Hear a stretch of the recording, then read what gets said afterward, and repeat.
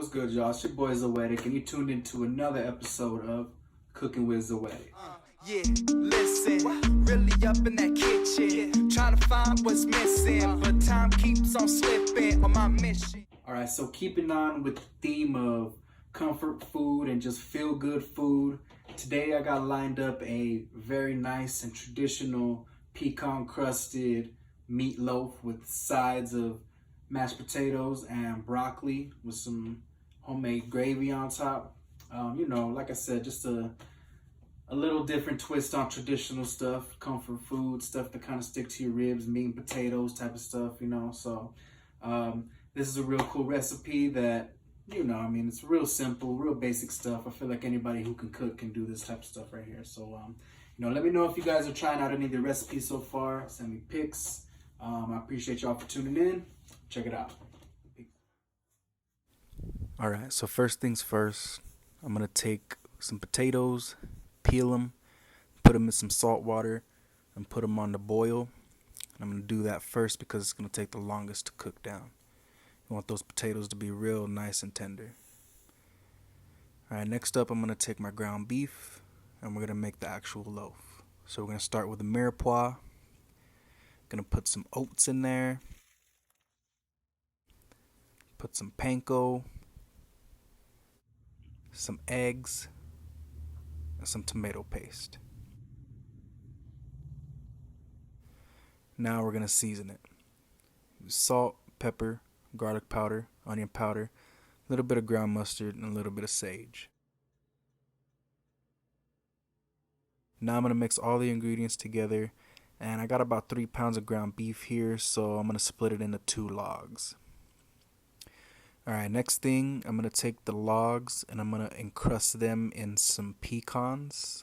They're chopped, not cooked, not salted, just plain pecans. Next, I'm going to put the loaf with the pecan crust, put it inside some saran wrap so it keeps its form. Then I'm going to wrap it in some foil, twist it at the ends, and it's going to look a little bit like a Chipotle burrito.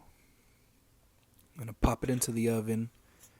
425 for about an hour. Next thing I'm going to do, we're going to get these mashed potatoes ready. So since we got our potatoes boiling, I'm going to go ahead and take some cloves of garlic and put them to roast with some butter. Set that to the side. And once that's ready, we're going to put that in the blender. Blend it up, and we're going to put it into our boiled potatoes. As you can see, I got them pretty kind of overdone because you want to be able to mash them and incorporate all the ingredients together for that real creamy texture. So I'm going to pour some heavy whipped cream and season very liberally with salt, pepper, garlic powder, and just mix everything up until it's got a nice texture. Keep tasting until everything tastes right. Now to finish it off, I'm going to put some parsley, paprika, pepper, and a little square of butter just for presentation to make it look nice. Alright, next up I'm going to chop up my broccoli. That's going to be my vegetable side. Put it in the pot, put it in some water, season it with some salt, pepper, onion, garlic, and a little bit of cayenne, and another cut of butter in there. Put it to boil.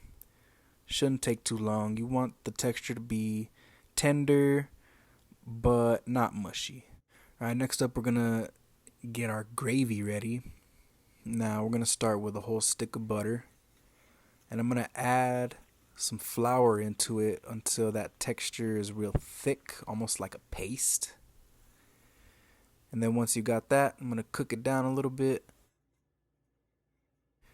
and I'm gonna add that beef stock to that roux until the texture gets thin but thick.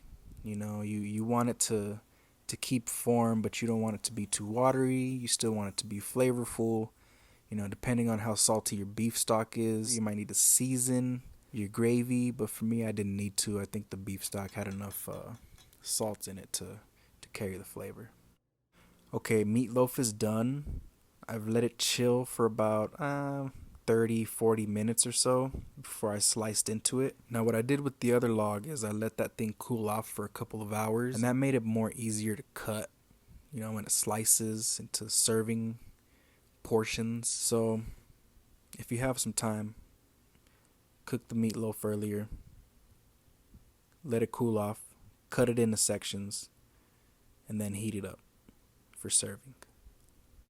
And here's our final result. We got our side of mash, side of brock, gravy lathered very generously, finished with some garnish of some parsley, and this was really good. Nice and tender with the texture.